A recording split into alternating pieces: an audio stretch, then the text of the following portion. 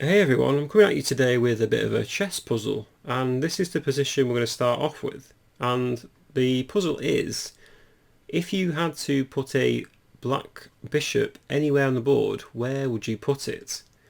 Because you've got to defend this endgame against a king and a rook and a pawn.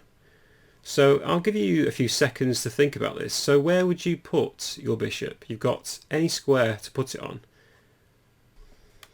And I should just say, after you've placed the bishop, it will actually be white to move. And the point is that black must be able to draw this position. So which square do you think will be the best chance to defend for black? Well, overwhelmingly, most players actually move the bishop to d4. And this isn't surprising because it looks rather solid, right? The bishop on d4 defends the pawn on e5, and the e5 pawn defends the bishop on d4. But the bishop is now condemned to a really defensive role. It pretty much can't move away from the protection of this e5 square. And basically now all white has to do is maneuver around it and pick up the e5 pawn at a later date. So actually this is actually really easy for white to win. So let's just take a look at a few moves. For instance, white can play king to c4. If black plays king to d6, white can go on the other side, and if king e6, and now play rook h6 check. The king is forced backwards and white stumbles in with their king to d5. If bishop c3, rook h5. And if king f7, we can push up again with king d6. So white's just slowly manoeuvring around, taking advantage of the white squared weaknesses. So black's got a few options here, but both seem to lose. If bishop d4, white can play the clever move king to d7, and if black keeps on moving the bishop back and forth, there's rook f5 check, king g6 and king e6. The point being that now white can just pick up the pawn on e5 and roll their own pawn home to get a queen. If we just go back a second, so this king d6 move, if black plays king e8, king e6 to gain the opposition, king d8, white can cut the black king off once again, and just time it correctly to try and win this pawn on e5. For instance, rook g7, bishop c3, and rook d7 is actually a pretty genius move actually.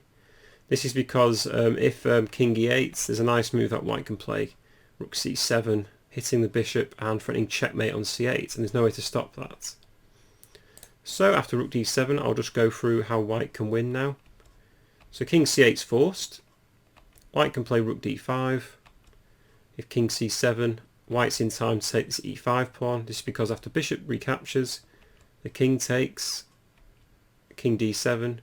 White now has king f6 and the opposition.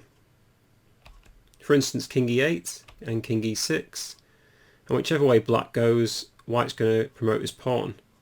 Let's say king f8, white goes king d7, and after king f7 there's e5, after king f8 e6, and white's going to roll this pawn down the board.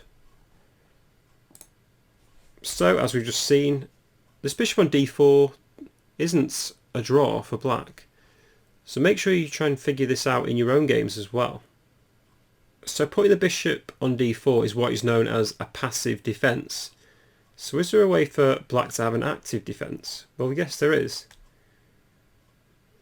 So let's say instead of putting your bishop on d4, you put it on d7 instead, and now you've actually gained control of the white squares. And gaining control of the white squares is much more important than protecting the e5 pawn. And it's going to be very tricky for white to win this endgame right now. So let's have a look at an example of a series of moves. If rook b6 check, king e7, king c4, let's say check from the bishop, e6 check, the king comes up, let's say bishop f7, rook b7, king f6, and king to d6. So at the moment actually it looks like white is doing really well. They're actually threatening to take the bishop on f7 with check, and after the king recaptures, white can take on e5 and has the opposition. However, now black can initiate an active defence. bishop g6. So now black hits the pawn on e4. So white's now forced to defend themselves. They have to play rook b4 to defend the pawn, and black can just play bishop h7. They're still attacking the pawn on e4 and defending their pawn on e5. If king d5 to defend the pawn, there's bishop g8, king c5, and just bishop f7. And the point is that whenever white gets too close, black can just react by attacking this e4 pawn. And there's no two ways to defend and attack the e5 pawn and defend the e4 pawn at the same time. So this is actually a draw.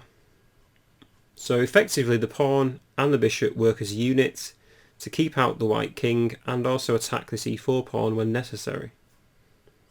Anyway, I just thought this was worth showing you guys because it's quite important in endgame situations, especially if you want to discover which bishop to trade off in certain situations.